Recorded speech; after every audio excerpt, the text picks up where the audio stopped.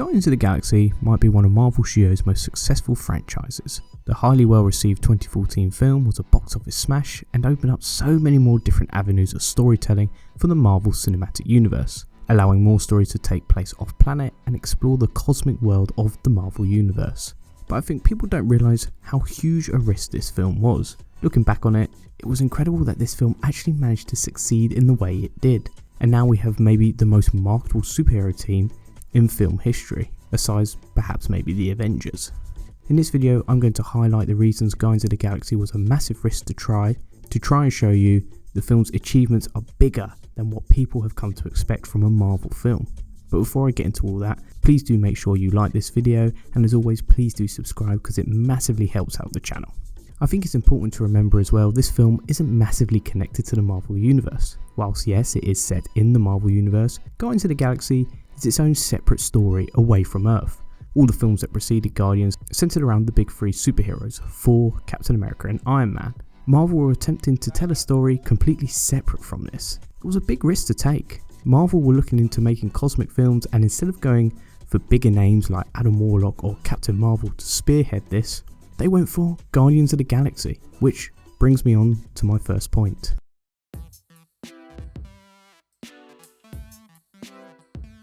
The Guardians of the Galaxy were first introduced in 1968. The team consisted of the following characters: Vance Astro, Martinet Tenanga, Captain Charlie -27, and Yondu. Basically a bunch of nobodies, with only Yondu making it into the films. This incarnation of team appeared in a handful of comics throughout the 1970s and early 80s until they basically were never used in Marvel Comics. Thankfully in the mid-2000s, interest in the Guardians was reignited in a big grand cosmic Marvel story called Annihilation. From this, the Guardians were given their own running title in 2008, and the team consisted of Star-Lord, Rocket Raccoon, Groot, Violet Vale, Gamora, Drax the Destroyer and Adam Warlock, mirroring basically the team we got in the 2014 film. However, the comic was less than successful, being cancelled after 2 years of publication and 25 issues. The team would again sporadically appear in other Marvel comics for the next 4 years, until their own self-titled feature film was released.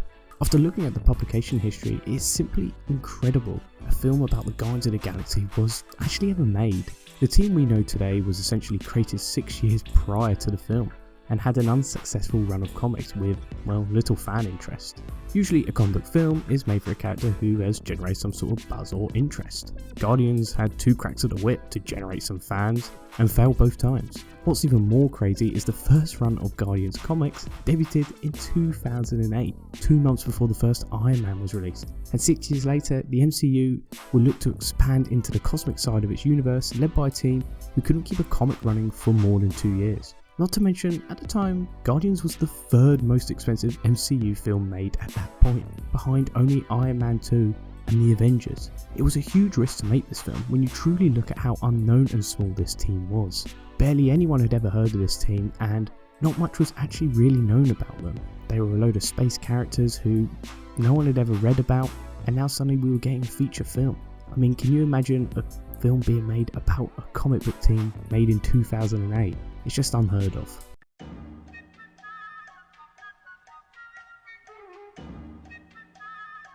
So yeah, it was a huge risk to make a film about an unknown team. The logical thing would be to now jam-pack your film full of stars, so when the audience say, I've never heard of that team, but hey look, Tom Cruise is in this, I'll go see it.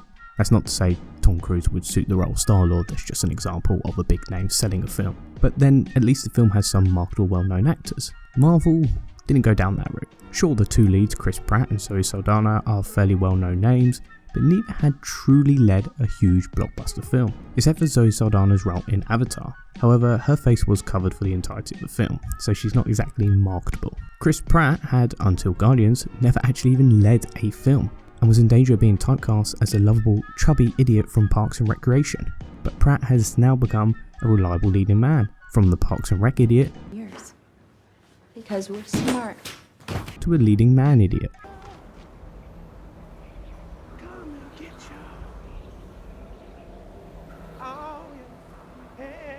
So he's an idiot.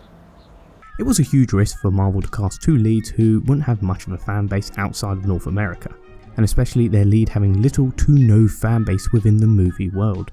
and having only played supporting characters in all the films he had done up to that point. However though, Marvel Studios have proven they can spot talent from a mile off.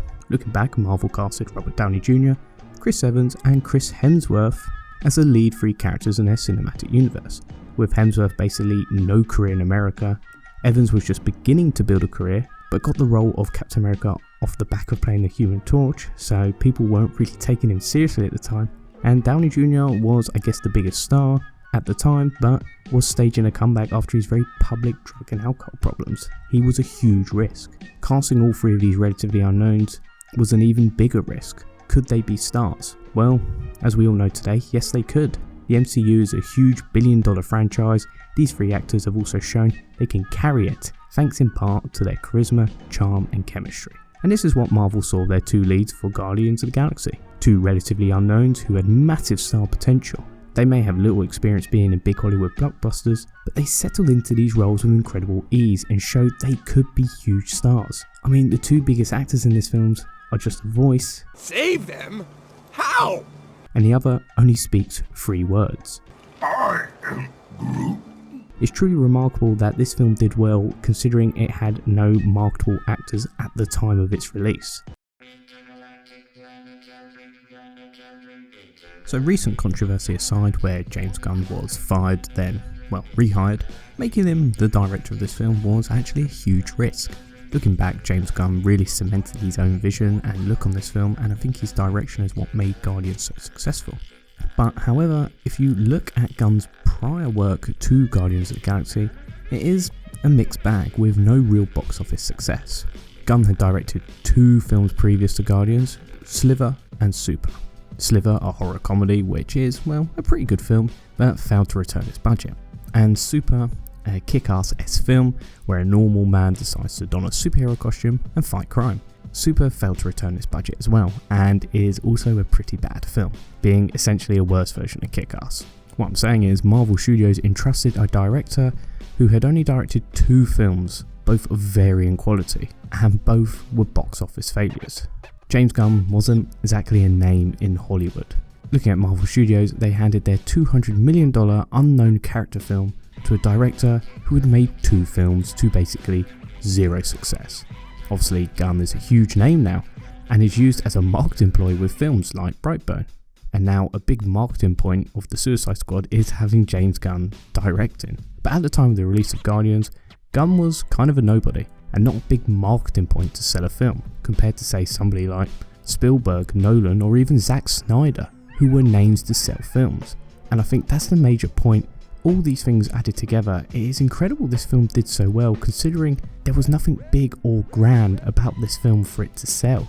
You had a team of unknown characters, a cast of actors no one had really heard of, and a director no one had heard of. So why did it do so well? And I think I do actually have an answer for that.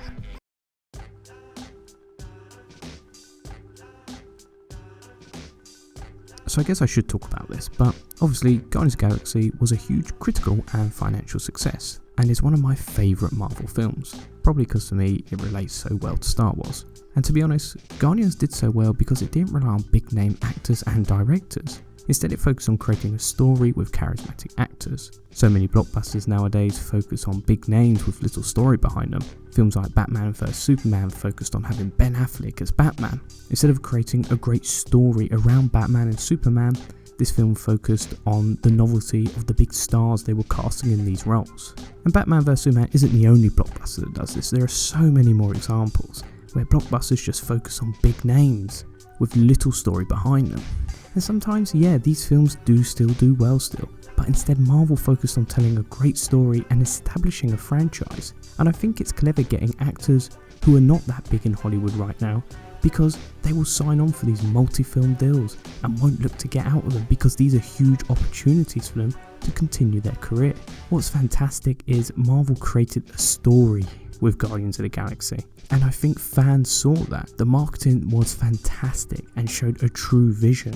And I think audiences like to see a film being made which they can see people are enjoying making. Having an independent filmmaker make this showed people that this film wasn't just made in some Hollywood studio by a board of directors and wasn't just by the numbers. This was a very personal film and it looked fantastic. Creating a story creates a universe, and it establishes more great films. And I think this is why Guardians succeeded, just by simply focusing on making a great story. Don't focus on hiring the biggest name in directing and acting, just make a great story, have a great marketing campaign, and people will go see it. And I think that is a big problem you see with Hollywood films these days, is they focus far too much on the actors and directors in order to sell the film, and these films never get sequels, they never create a franchise, they just die out. But Guardians of the Galaxy established the foundations with its great story, and that is why Guardians of the Galaxy succeeded. So there you have it, a very brief overview on why Guardians of the Galaxy was a massive risk to make. I think people do realise that obviously the film kind of made the comic book characters instead of the comic made the film, which is quite an oddity to think of when it's like saying Tim Burton's Batman made the Batman in comics. No, it was the Batman in comics that made Tim Burton's Batman. Instead, obviously, the Guardians of the Galaxy made the Guardians of the Galaxy in the comics today. It's a bit of an oddity, and I think Marvel made this film because it gave them so much more freedom. They didn't have to focus on the comics like most comic book films have to. Usually they got to hit certain story beats in order to keep fans appeased. Instead, Marvel could tell really any story they wanted to and do whatever they wanted with the characters. So it kind of was an original idea and story, because there wasn't really going to be fan uproar if they edited major points about characters. And I think Marvel would like to tell more original stories, and this was a good avenue for them to go down in order to stretch their creative juices. Guardians of the Galaxy is a great film. It was a fantastic critical and financial success. I love the film personally, and so many more people do. Obviously it's very brief what I went over, but it's an interesting discussion to have, to realise really how big a risk this film was. A $200 million film based on characters no one's really ever heard of. And it is a big surprise it was a success. You look at films like Harley Quinn Birds of Prey, which was a $80 million film with Margot Robbie as the lead, and that did very poorly financially. So it really shows Marvel knows how to market their films and make great films and make them financially viable. But anyways, thank you for watching this video. I hope you enjoyed it. Please do leave a comment, and I'll see you soon. Bye bye.